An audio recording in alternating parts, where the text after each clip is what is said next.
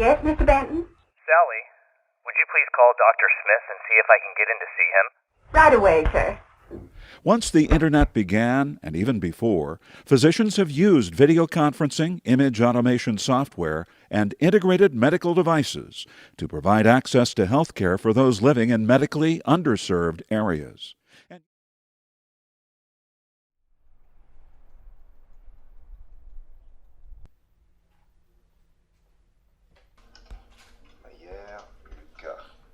Lucas, tu dis A.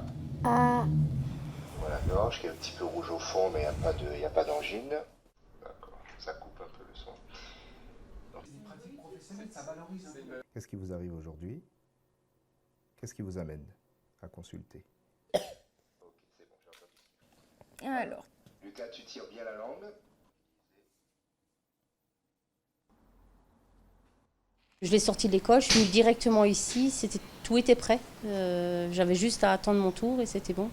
Le médecin, il a pu l'ausculter correctement, donc pour moi c'est pareil.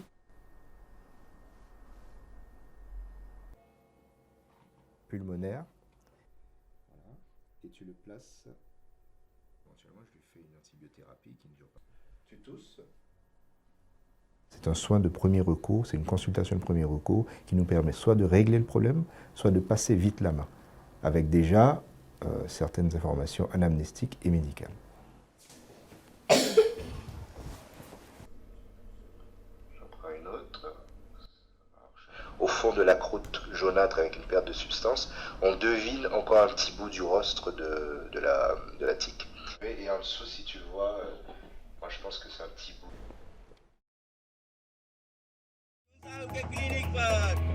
Quelques 850 millions de personnes vivent dans les campagnes indiennes où il n'y a quasiment aucun médecin. Ces derniers préférant s'installer dans les grandes villes où la vie est plus trépidante. Ce désert médical touche tous les pays émergents. Alors, pour venir en aide aux 80% de la population mondiale hors de portée des soins, une génération montante d'entrepreneurs s'est emparée des nouvelles technologies pour combler ce vide. L'objectif, démultiplier à grande échelle les diagnostics, les traitements et la couverture santé de ces populations rurales. Au sud de l'Inde, à Bangalore, deux ingénieurs informaticiens, Samir Sawakar et Rajiv Kumar, ont créé la société Neurosynaptic pour fabriquer un kit médical complet qui comprend plusieurs instruments de mesure reliés à un boîtier central. Les informations collectées sont transformées en données numériques et envoyées à un médecin situé à des centaines de kilomètres du patient. Le défi qu'a donc dû relever Samir Sawakar était de taille.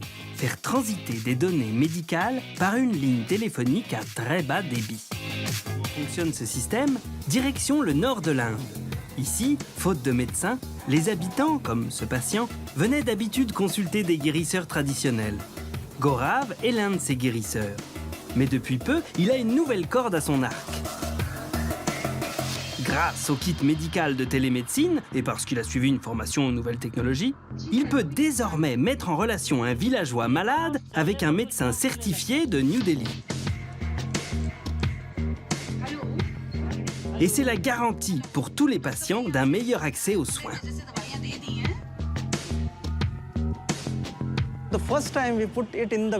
La première fois que nous l'avons installé dans un village et que nous avons réussi à nous connecter à un docteur, nous avons dignement fêté ça, parce qu'on pensait vraiment que c'était impossible jusqu'à maintenant.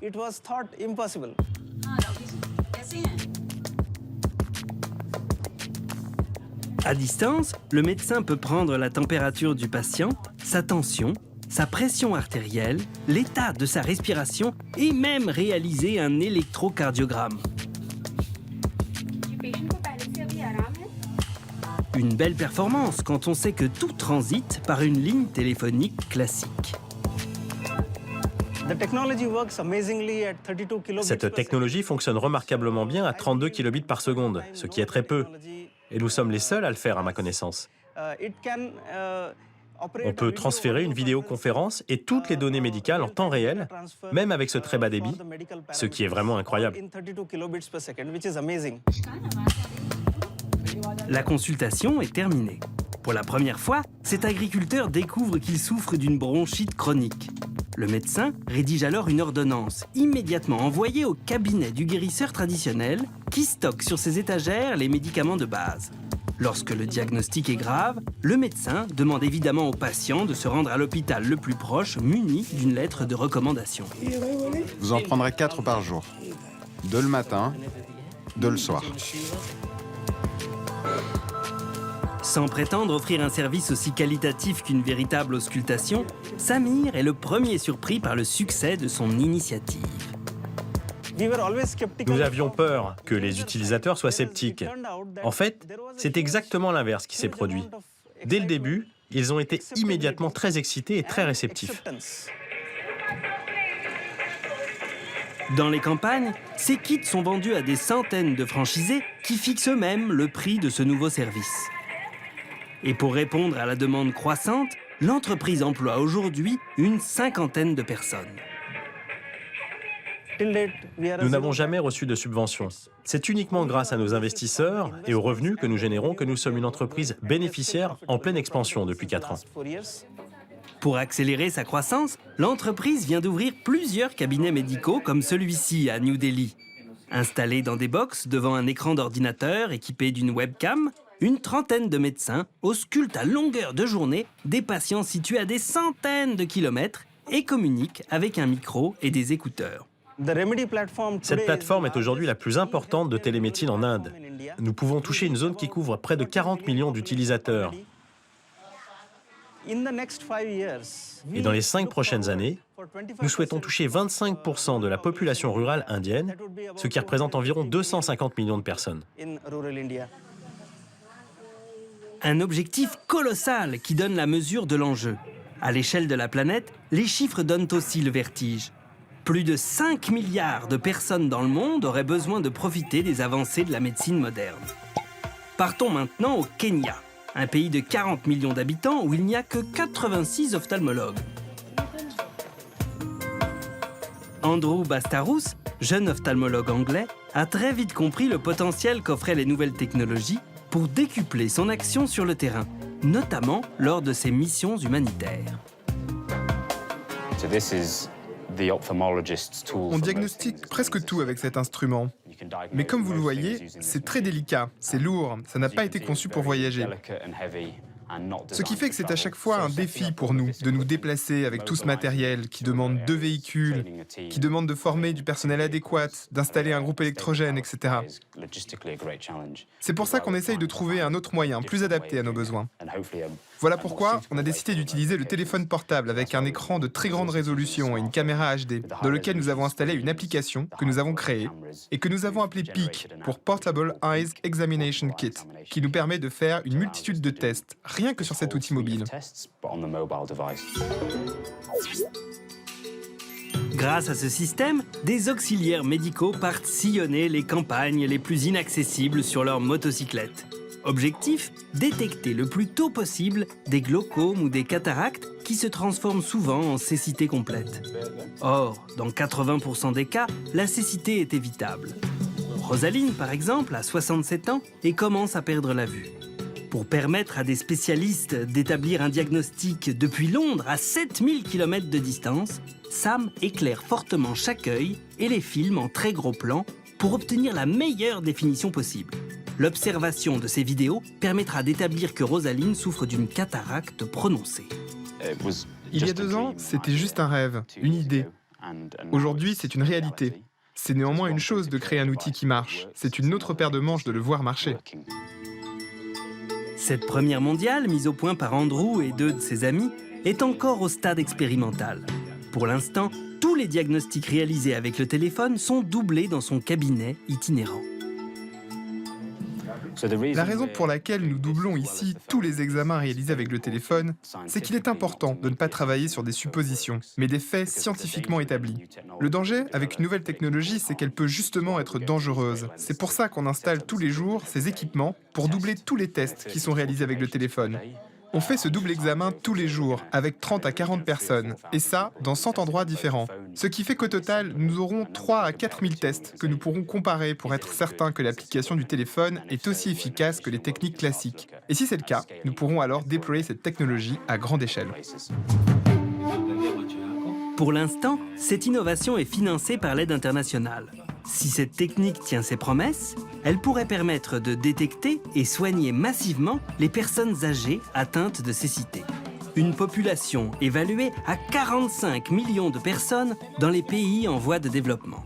Une opération qui a permis à Victoria de retrouver la vue. Quand on m'a retiré mes bandages, c'était incroyable. Moi qui étais aveugle, j'ai vu les gens autour de moi. Et quand je suis sortie de l'hôpital, j'ai vu les maisons, les montagnes. C'était incroyable. Je ne sais pas comment exprimer un tel bonheur. Aujourd'hui, je reconnais tous mes petits-enfants, alors qu'avant l'opération, c'était impossible, je ne voyais plus rien. Victoria a pu être opérée grâce à la générosité de l'aide internationale. Une goutte d'eau par rapport à l'immensité des besoins des populations pauvres en matière de santé.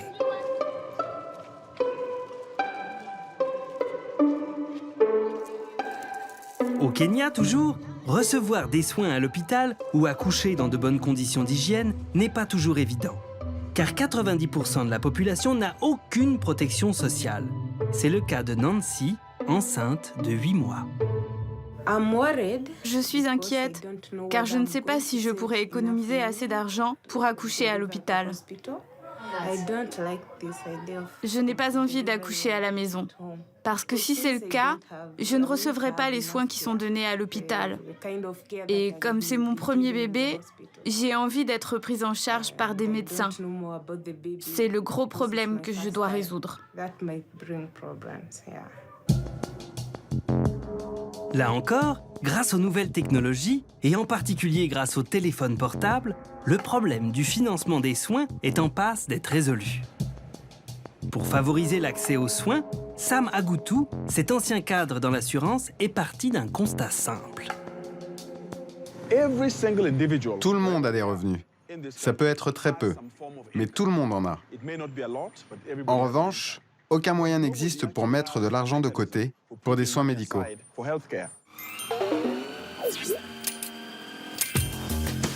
Épargner pour sa santé, c'est désormais possible grâce à la technologie qu'il a développée. Dans de nombreuses échoppes de la ville, comme celle où Nancy fait ses courses, elle peut ouvrir un compte santé sur son téléphone portable. Elle peut y revenir pour déposer sur son compte chaque semaine quelques shillings de sa paye de vendeuse via un service de transfert d'argent par téléphone.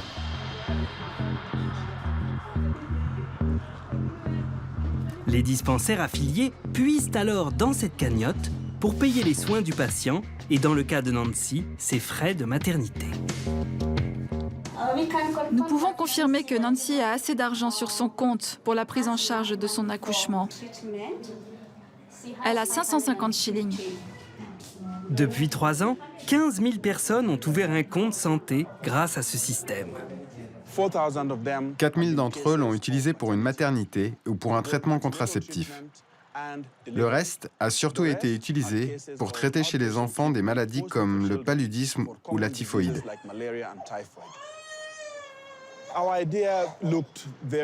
Notre idée semblait très abstraite, semblait très révolutionnaire, et beaucoup de personnes ont dit que ça ne marcherait pas. Nous avons parlé à des compagnies d'assurance, nous avons parlé à des investisseurs, mais personne ne nous a aidés. Et nous avons été obligés de financer notre projet nous-mêmes pour qu'il voie le jour. Les nouvelles technologies de l'information et de la communication ont près de 15 ans. Mais leur utilisation à grande échelle dans le domaine médical ne fait que commencer. Après les pays émergents, cette révolution pourrait aider les pays développés à réduire leurs dépenses de santé.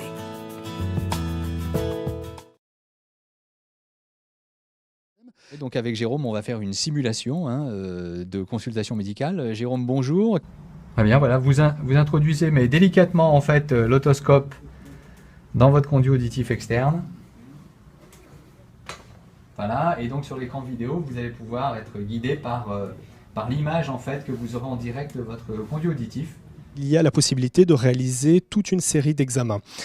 Pour le médecin, il y a la possibilité de réaliser un examen cardiaque et pulmonaire grâce à des stéthoscopes, un examen ORL grâce à un otoscope, un examen dermatologique grâce à un dermatoscope, et aussi la possibilité de prendre toute une série de mesures comme la tension artérielle, les pulsations cardiaques, le taux d'oxygénation du sang appelé saturométrie, le poids, la taille, la température, mais aussi un électrocardiogramme. Alors c'est pas très compliqué, vous allez dégrafer pour partie votre chemise et vous allez appliquer le stéthoscope exactement. En fait, les patients ont une connaissance déjà formatée de l'utilisation du stéthoscope. Alors vous, par contre, je vais vous demander de rester silencieux pendant un instant. Et pendant le temps où je vais écouter votre cœur, en fait, nous n'aurons pas de liaison, on va dire, directe entre nous. Voilà.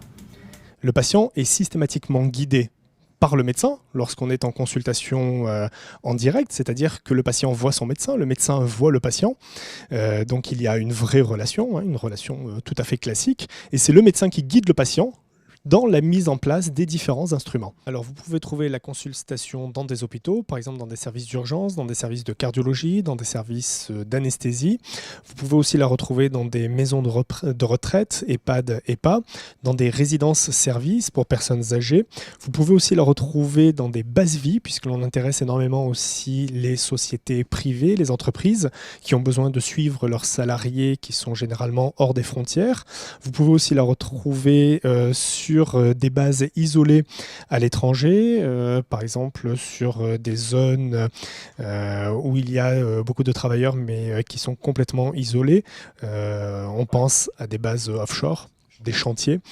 Donc voilà. Et très bientôt, vous pourrez aussi les retrouver au sein des entreprises où on met en place des programmes pour le personnel. Alors vous allez prendre ce qu'on appelle le dermatoscope. Voilà, il se trouve sur votre main droite, là, voilà. Très bien. Et on va pouvoir visualiser en fait votre grain de beauté. Bon ben voilà, ce sont ce qu'on appelle des névus relativement banaux. Ils sont bien circonscrits, ils ont une couleur rassurante. Techniquement, comment ça fonctionne? Comment cette cabine est connectée à l'Internet? Il faut une connexion fibre optique, de la DSL, de la 4G. Vous parlez de désert médical, mais souvent ça peut être aussi un désert technologique où il n'y a pas d'Internet. Tout à fait. Alors les déserts où il n'y a pas d'Internet, il y en a très peu, puisque même avec des connexions satellites, on arrive aujourd'hui à avoir une connexion Internet quasiment en tout lieu. Alors en France, absolument de partout. Dans le monde, il y a encore quelques déserts numérique, mais globalement, on a accès de partout. Nous avons énormément travaillé sur la qualité des débits entrants et sortants pour que ça puisse être connecté, même avec des débits de faible bande passante. Donc cela nécessite quoi? Une connexion Internet et du courant. Pour le patient, il n'y a pas à payer la prise en charge, la consultation. Aujourd'hui, le patient ne paye rien. Voilà. Bon, patient Jérôme Colombin, ça va? T'as l'air en forme? J'ai tous les résultats. Ouais. Oula. Les résultats? Non, tout va bien, tu es en pleine forme. Voilà, je trouve que, alors ça remplace pas le médecin évidemment, mais ça le fait bien et on peut imaginer, pourquoi pas. Alors, Madame Bertin, le docteur Vuong, votre docteur, m'a demandé de vous voir. C'est parce qu'il est inquiet, parce que vous maigrissez, il paraît. Mais est-ce que vous avez de l'appétit? Est-ce que vous avez de l'appétit, Madame Bertin? Oui, question de ça. Je mange bien.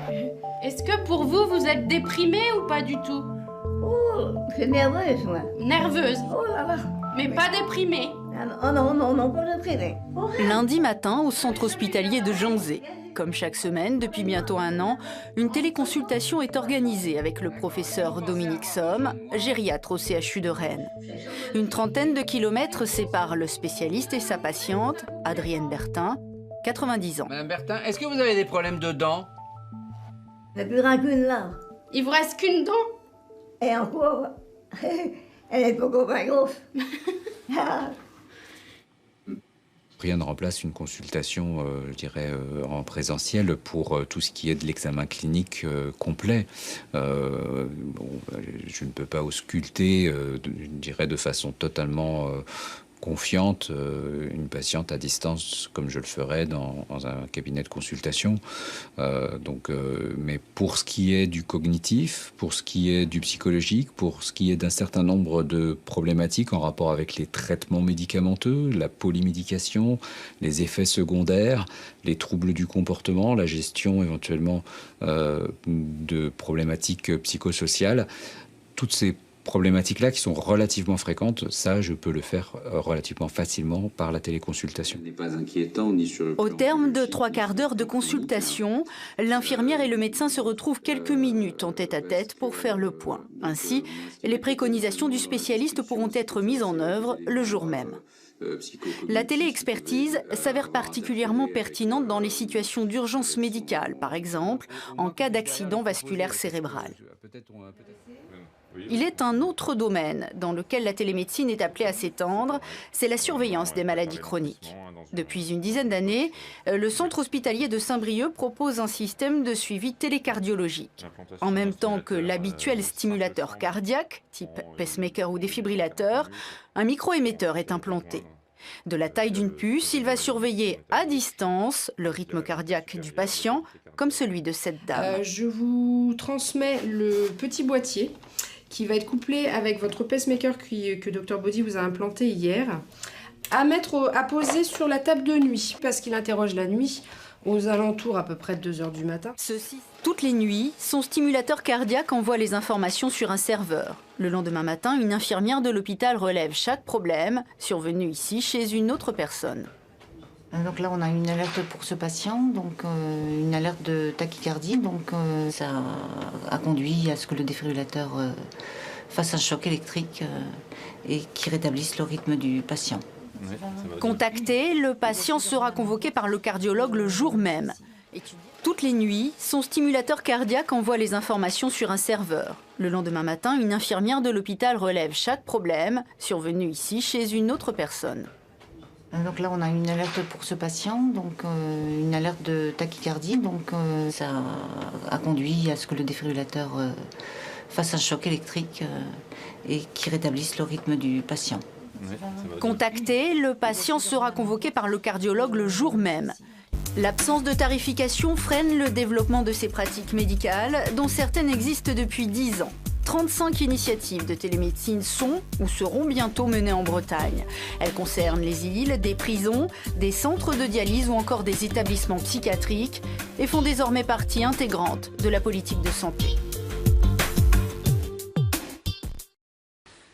Bonjour Monsieur Moreau. Alors, qu'est-ce qui vous arrive? Cette fois, pas de réel malaise, ceci est une simulation de prise de données à l'aide d'une station de télémédecine. Tension, saturation en oxygène, photographie d'une blessure ou même électrocardiogramme. En cas de malaise dans cette maison de retraite, toutes les mesures vitales sont directement envoyées au SAMU de Troyes via une ligne sécurisée, ce qui peut éviter des déplacements vers l'hôpital, notamment la nuit. Cette station coûte tout de même un peu plus de 10 000 €. Dans les zones rurales, ce type de valise pourrait aussi être une solution au manque de centres de soins de proximité. La période d'essai dans les 2 maisons de retraite prend fin en septembre prochain. Bonjour Marion, on va commencer par la prise de la tension artérielle et ensuite j'aimerais bien une auscultation cardiaque s'il vous plaît Anne-Marie. Un écran pour voir le patient, un autre pour accéder à son dossier et un dernier pour afficher les résultats des examens effectués par le téléassistant. C'est ici, à Amiens, au groupement de coopération sanitaire Picardie, que s'est mis en place le projet régional de télémédecine. Alors tout le travail du groupement de coopération sanitaire, c'est de faire que la technique ne se voit pas pour l'utilisateur, que ce soit le professionnel de santé ou le patient. Le patient n'est jamais seul face à l'outillage de la télémédecine, il est toujours accompagné par un professionnel de santé. Par exemple, dans l'exemple de la téléconsultation entre Chaumont et Beauvais, à Chaumont, c'est une téléassistante qui a été formée pour accompagner les patients et ce patient n'est pas seul, il est avec une aide-soignante qu'il connaît, qui est dans son environnement d'hospitalisation et du coup le patient est beaucoup plus en confiance. Téléconsultation comme ici, téléexpertise pour avoir l'avis d'un confrère, téléradiologie ou bien téléassistance pour qu'un spécialiste puisse guider à distance une opération, la plateforme régionale Comédie permet ainsi d'explorer de nombreuses spécialités. La téléconsultation peut avoir lieu aussi dans le cadre de la prise en charge des AVC, puisque pour une prise en charge en urgence d'un AVC, il faut également faire un examen du patient. Le neurologue qui est situé au CHU d'Amiens peut faire un examen par téléconsultation, un examen de neurologie du patient qui est suspect d'AVC, qui se trouve aux urgences de l'hôpital d'Aville, par exemple. Un autre domaine, c'est notamment la téléexpertise en dermatologie. Nous avons des infirmières qui sont venues nous solliciter parce qu'elles sont parfois désemparées devant des plaies complexes qu'elles suivent au domicile des patients. Et pour cela, elles ont besoin d'être en contact avec un expert, un dermatologue ou une infirmière qui a un diplôme universitaire de plaies. Dans une région touchée par la désertification médicale et une population vieillissante, l'objectif de cette plateforme de télémédecine est clair. Égalité des chances pour l'ensemble des patients et pour l'ensemble des habitants de Picardie. Chaque mois, plus de 1000 patients sont pris en charge à distance et plus d'une centaine de professionnels de santé Picard ont déjà été formés. En comptant 30 000 € pour installer une salle, le projet prévoit d'équiper une vingtaine d'établissements en Picardie d'ici à 2016. L'infirmière dans la chaîne de télémédecine, la place des infirmiers et des infirmières évolue-t-elle? Vont-ils être amenés à effectuer de nouveaux actes demain, à travailler dans de nouvelles conditions, à être rémunérés aussi pour des actes de télémédecine? Bien, ce sont les questions que je vais poser tout de suite à Christine Darbelay. Elle est infirmière et représente à cette table l'URPS Infirmiers Midi-Pyrénées. Lydie Canipel, qui est secrétaire générale de la Société française de télémédecine et infirmière elle-même. Et puis Martine Borin, toujours infirmière, elle travaille à la Croix-Rouge où elle forme des infirmiers. Puis, qu'est-ce que ça change très concrètement dans le travail de l'infirmier, dans sa position dans la chaîne de soins? Donc la tablette, c'est un dossier, on peut s'en servir comme dossier, on peut voir l'évolution de son pansement, donc tous les jours, et on peut aussi avoir un avis professionnel en direct, avec un échange où on filme la plaie et le médecin en direct nous donne ses conseils. Et le fait d'avoir justement un médecin en direct, est-ce que ça vous donne l'impression de changer un peu votre position d'infirmier, d'avoir une place un petit peu différente ou des liens différents avec les autres acteurs médicaux? Plus on va dire, un pivot technique dans l'instant et aussi un gain de temps.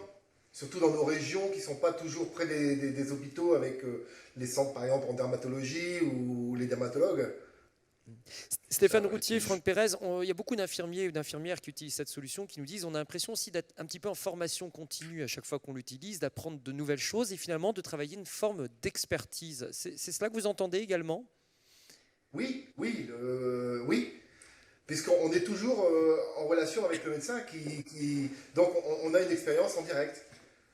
Je pense qu'au travers de cette expérimentation, il y a un vrai rôle de coordination de l'infirmier qui est mis en avant, qui devient, comme disait Franck, le pivot entre le médecin généraliste qui a confié la prise en charge du suivi médical et l'expertise du médecin référent à l'hôpital de Compiègne. Et c'est au travers de ces échanges, le retour qui nous a été fait, Franck pourra le compléter, et je parle sous ton contrôle, tous ces échanges ont montré qu'au quotidien, l'expertise qui pouvait être apportée par les experts DU Play Cicatrisation de Compiègne permettait au quotidien à l'infirmier d'adapter son protocole et quelque part de gagner une expertise qu'il n'avait pas, et ce qui permettait d'apporter des réponses concrètes et rapides auprès des patients et ainsi éviter des prises en charge par un dermatologue qui pouvait prendre plusieurs mois. Et donc d'apporter des réponses concrètes à ces problématiques de cicatrisation, parce qu'une des forces de ce projet qui a été porté en Picardie, c'est que c'est un projet qui a été porté par les URPS qui ont imaginé ce projet-là et qu'on a réussi à monter très rapidement avec eux. On rapproche le patient, le spécialiste et le professionnel que nous sommes. Et surtout pour le patient, on voit aussi, c'est rassurant pour le patient. Ils sont très partants pour ces expériences. Dans la pathologie du diabétique de type 1, en télémédecine suivie par un e-carnet glycémique, ces infirmières peuvent prescrire de l'insuline. Elles peuvent prescrire de l'HbA1c, qui est la boîte noire qui vous donne la moyenne glycémique sur 3 mois des résultats de votre patient. Elles peuvent prescrire une glycémie à jeun. Et donc, ce sont des infirmières dans certains actes dits dérogatoires. Ça veut dire quoi? Là aussi, il faut être extrêmement clair. Ce ne sont pas des médecins. Il ne faut pas non plus que les infirmières qui rentrent dans ces actes dérogatoires, demain, deviennent des petits médecins. Il faut aussi qu'elles soient bien conscientes qu'à partir de ce moment-là, juridiquement parlant, elles deviennent responsables de leurs actes. Elles ne sont plus derrière une autre blouse blanche. Et là aussi, c'est important. Parce qu'à la fois, c'est valorisant, c'est responsabilisant, mais en même temps, au bout de la chaîne, il y a une responsabilité juridique. Donc un acte dérogatoire, c'est un acte qui ne rentre pas dans la définition du métier d'infirmière, dans le Code de la santé publique. Donc il faut bien les identifier. Elles ne vont pas tout faire, on n'en a pas besoin. Il y a dans certaines pathologies, sur certains actes, où elles sont tout à fait capables de le faire et venir et remettre le médecin dans son rôle d'expert et faire en sorte que ce temps précieux médical redevienne du temps expert. Mais tout ça... On passe au focus aujourd'hui sur la télémédecine au Pakistan, un outil d'émancipation des femmes, vous allez le voir. Au Pakistan, la majorité des étudiants en médecine sont des étudiantes, mais après leur mariage, poussées par la pression sociale, la plupart de ces femmes médecins cessent de travailler. 2 d'entre elles ont eu l'idée de mettre sur pied une plateforme de télémédecine, Doctors, pour leur permettre de consulter à distance. Reportage de Taha Siddiqui et Claire de Busière. À Islamabad, la capitale, ces étudiantes en 3e année de médecine se rêvent chirurgiens ou cardiologues. Pour l'instant, je m'imagine plutôt en train de pratiquer. Je me concentre sur ma carrière. Mais avec l'âge, peut-être que mes priorités vont changer, peut-être que je vais être amenée à abandonner ma carrière pour fonder une famille. Mais pour l'instant, mon avenir professionnel est ma priorité. Pourtant, statistiquement, sur les 5 filles du groupe, une seule pratiquera son métier dans les années qui viennent. Au Pakistan, près de 3/4 des étudiants en médecine sont des femmes, mais 1/4 seulement finira par exercer. Les autres y renoncent, la faute aux pressions de l'entourage qui attend d'elles qu'elles se consacrent avant tout à leur famille. Mais certaines ont trouvé la parade, comme ici dans ce petit dispensaire de Karachi. Bonjour, docteur Rabia. C'est Samina.